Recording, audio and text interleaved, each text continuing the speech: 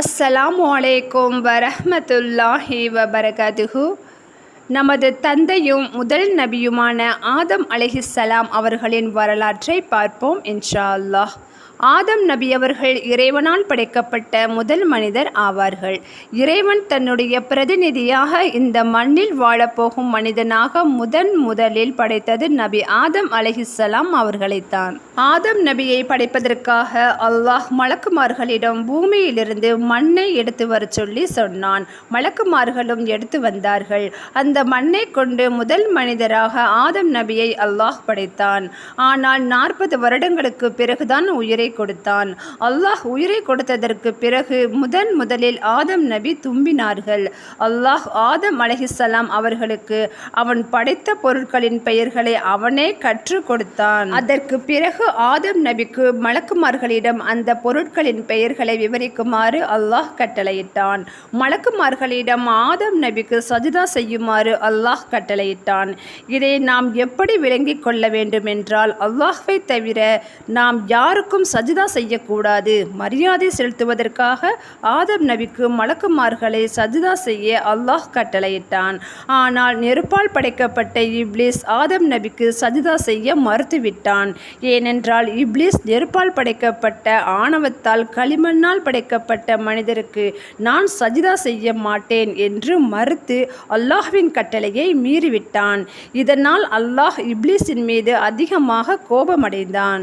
சொர்க்கத்தில் இருந்த இப்லீஸை அல்லாஹ் நரகத்தில் எரிந்துவிட்டான். நரகத்தில் போட்டதால் கடும் கோபத்திற்கு உள்ளானான். மனிதர்களை வழிகெடுப்பதற்காக பல திட்டங்களை தீட்டினான். கியாமத் நாள் வரை அல்லாஹ்விடத்தில் அவகாசமும் வாங்கி வந்தான்.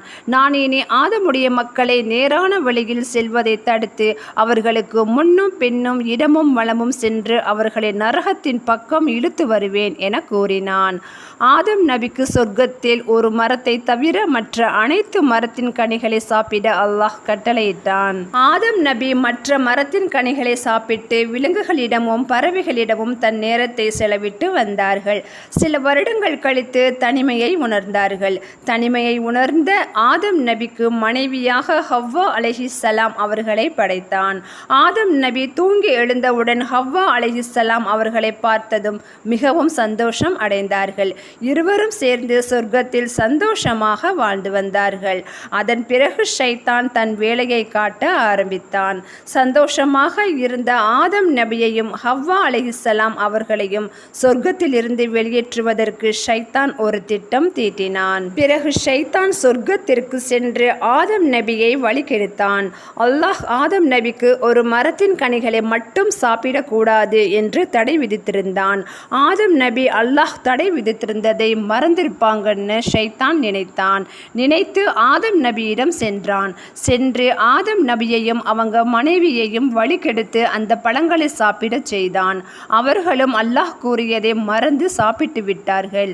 சாப்பிட்ட பிறகுதான் பாவம் செய்து விட்டோம் என்று உணர்ந்தார்கள். அல்லாஹ்வுடைய வார்த்தைகளை மீறிவிட்டோம் என்று அதிகமாக கவலையடைகிறார்கள்.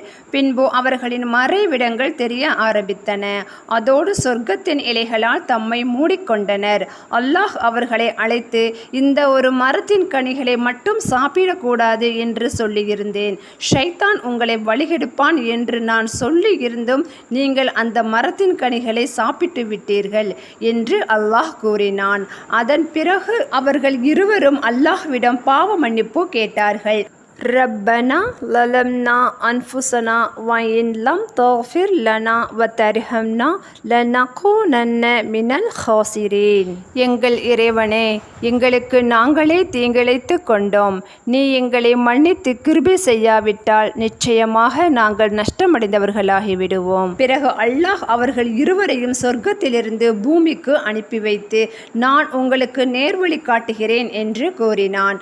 பின் இருவரும் தனித்தனி இடங்களில் பூமிக்கு இறக்கப்பட்டார்கள். அதில் ஆதம் அலைஹிஸ்ஸலாம் அவர்கள் இலங்கையிலும் ஹவ்வா அலைஹிஸ்ஸலாம் அவர்கள் மதீனாவிலுள்ள ஜித்தா என்ற இடத்திலும் இறக்கப்பட்டார்கள். சொர்க்கத்தில் இருந்து ஆதம் நபியை பூமிக்கு இறக்கும் போது அவர்களின் உடலில் மாட்டியிருந்த இலைகளை பூமியில் எறிந்தார்கள்.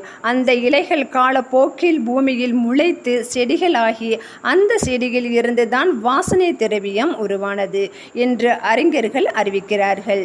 இருவரும் பூமியில் பூமியில் வந்து இறங்கிய போது இருவருக்கும் ரொம்ப கஷ்டமாக இருந்தது. ஏனென்றால் சொர்க்கத்தில் இருந்த வசதி அவங்க இருவருக்கும் பூமியில் கிடைக்கல.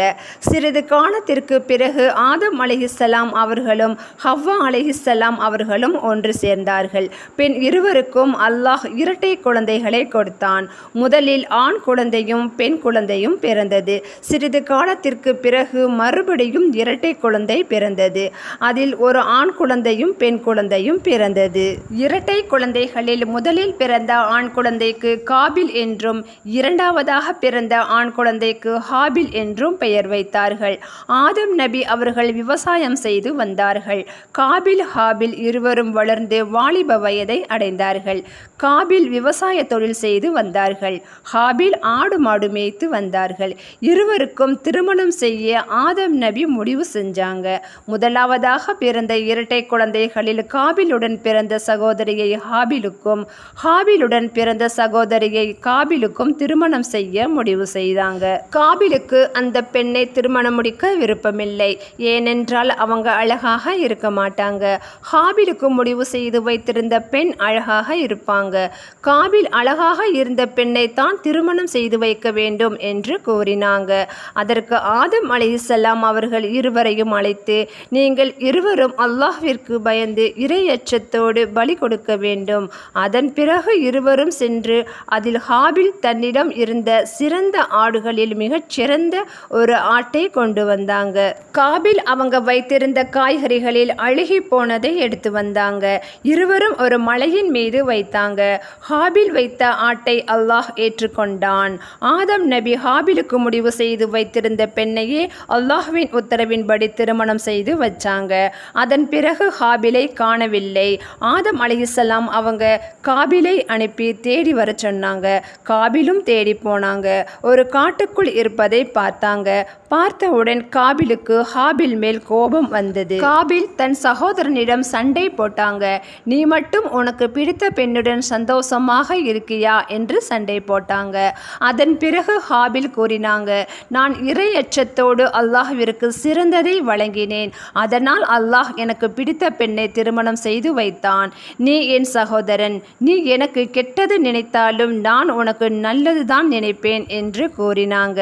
கோபத்தில் இருந்த காபில் ஹாபிலை இரத்தம் வர்ற அளவிற்கு அடித்து விட்டாங்க. இரத்தம் வெளியானதை கண்டு காபில் திகைத்து போய் நின்றாங்க. அதன் பிறகு நாம் கொலை செய்து விட்டோமோ என்று யோசிக்கிறாங்க.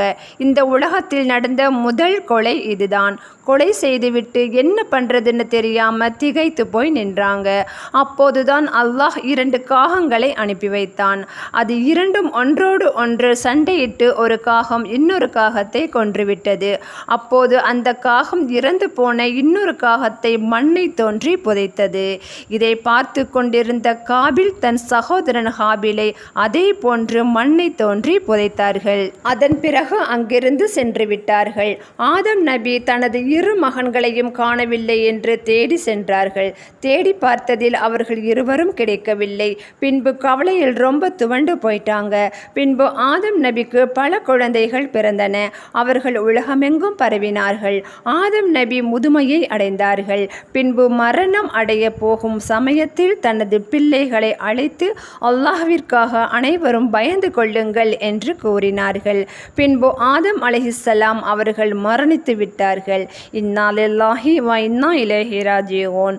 நாம் அனைவரும் ஆதம் அலைஹிஸ்ஸலாம் அவர்களுடைய பிள்ளைகள். எனவே நாமும் அல்லாஹ்விற்கு அஞ்சி நடந்து ஒற்றுமையாக வாழ நாம் அனைவருக்கும் அல்லாஹ் கிருபை செய்வானாக. ஆமீன். இறையச்சத்தோடு வாழ்வோம், மறுமையில் வெற்றியாளராவோம். அஸ்ஸலாமு அலைக்கும் வரஹ்மத்துல்லாஹி வபரகாத்துஹு.